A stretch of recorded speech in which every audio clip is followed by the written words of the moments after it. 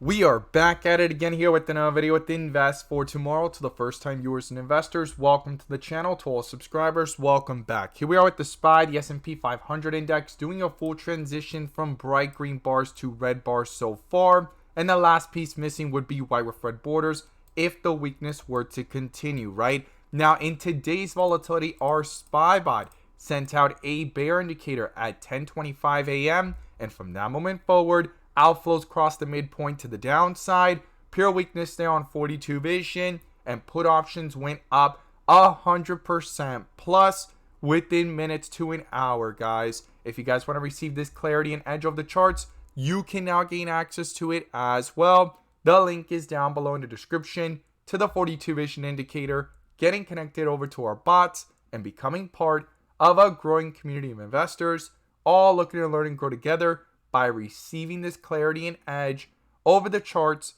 and using these resources to maximize in either direction, whether stocks are going up or going down. So here we are with the SPY trying to level off and find support at 390. It seems to have double bottom here, and we're going to talk about the key levels I would watch going into next week and the inflow versus outflow in the bull and bear indicators. But before we do, I want to share with you guys the home run opportunity that was mentioned this morning over at the Discord. So the home run of the day was spectacular and beyond expectations. And if you guys want to know about these stocks early on and receive this clarity and edge of the charts, you can now gain access to it as well. The link is down below in the description to the 42 vision indicator, getting connected over to our bots and becoming part of a growing community of investors, all looking to learn and grow together. So the home run of the day was from our Netflix bot. Our Netflix bot sent out a bear indicator at 9:45 a.m. and from that moment forward, outflows were below the midpoint,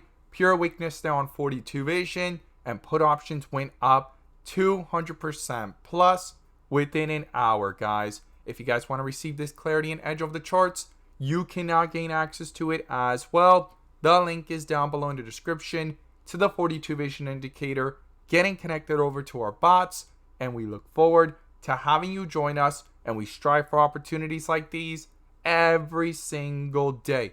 Let's jump into these charts. So here we are at the SPY, the S&P 500 index, doing a full transition from the rip area, as I call it, of bright green bars to red bars so far after coming back up from a red bar area in the last 2 days. Now, if this is your first time coming across the channel, this is 42 vision, which allows us to see the dips from the rips to the dips, and where the strength and weakness lies within the charts. And we also use our bull and bear indicators and inflow versus outflow as an extra layer of confirmation, which I'm going to pull up here and you can now gain access to as well. The link is down below in the description to the 42 vision indicator, getting connected over to our bots and becoming part of a growing community of investors, all looking to learn and grow together by receiving this clarity and edge over the charts and using these resources to maximize in either direction, whether stocks are going up or going down.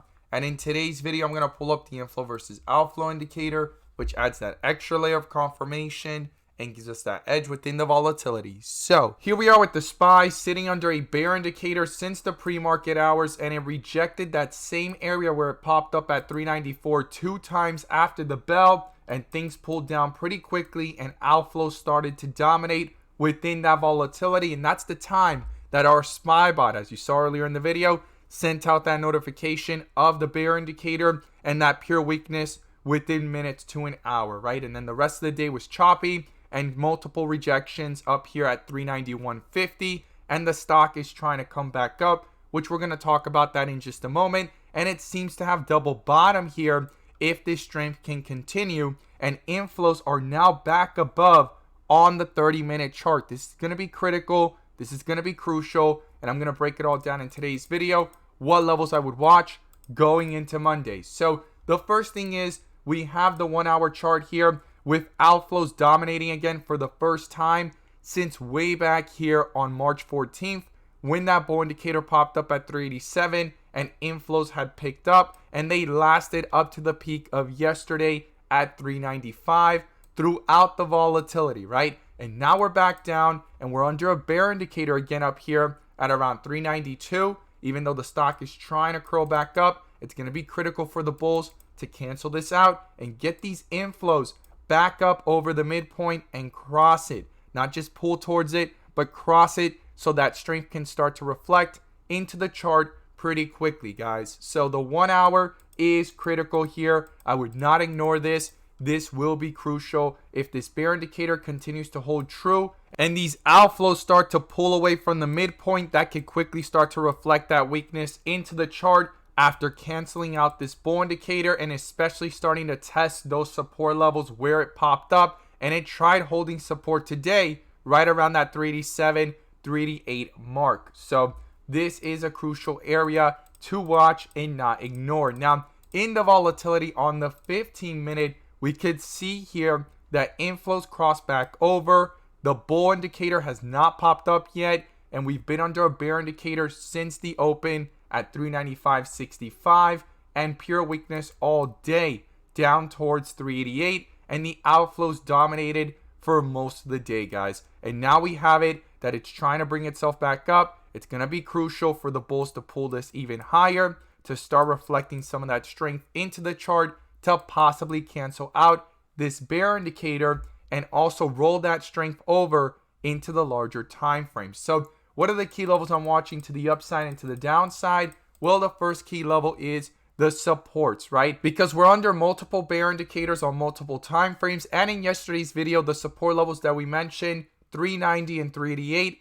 they got touched, and 388 acted as support 2 times. 390, it tried to hold support in the pre-market towards the bell. Afterwards, it crossed it, and 388 to 387 area acted like support 2 times here, trying to double bottom. And we need to see if this can hold strength into Monday, right? So the first support is 388.